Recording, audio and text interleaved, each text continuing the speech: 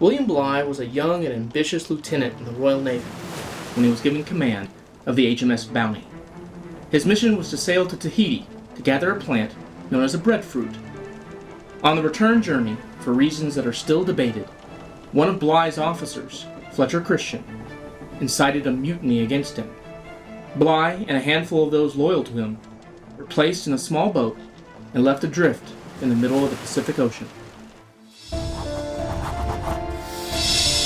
Sometimes the best way to understand history is to listen to voices from the past. Letters, diaries, speeches, and other words written long ago by people not too different from you and me.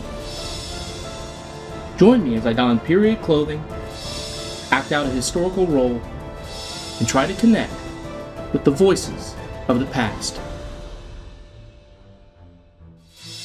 My dear, dear Betsy, I am now in a part of the world I never expected. It is, however, a place that has afforded me relief and saved my life, and I have the happiness to assure you that I am now in perfect health. Know then, my own dear Betsy, I have lost the Bounty. I left Tahiti all well on the 4th of April, 1789, with 1,015 breadfruit plants in pots, and many more in tubs and boxes in a most flourishing condition. On the 28th of April, at daylight, in the morning, Christian having the morning watch, he with several others came into my cabin while I was asleep, and seizing me, tied my hands behind my back, and threatened instant destruction if I uttered a word. I was now dragged on deck and closely guarded. I demanded of Christian the cause of such a violent act, and severely degraded him for his villainy. He could only answer, "Not a word, sir, or you are dead." I was now cast adrift in the sea. I was now earnestly solicited by all hands to take them towards a home. And when I told them no hopes of relief remained but one I might find at Timor, at a distance of 1,200 leagues, they all agreed to live on 1 ounce of bread a day and a gill of water. I thereafter, after recommending this promise forever to their memory, bore away for Timor, across a sea but little known, and in a small boat deep loaded with 18 souls, without a single map of any kind, and nothing but my own recollection and general knowledge of the situational places to direct us.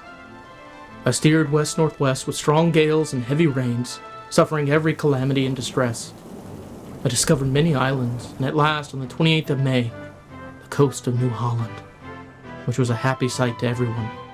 Thus happily ended, through the assistance of divine providence, without accident, a voyage of the most extraordinary nature that ever happened in the world, let it be taken either in its extent, its duration, or so much want of the necessaries of life. To you, my love, I give all that an affectionate husband can give: love, respect, and all that is or ever will be in the power of your ever affectionate friend and husband, William Bligh, Timor, August 19th, 1789.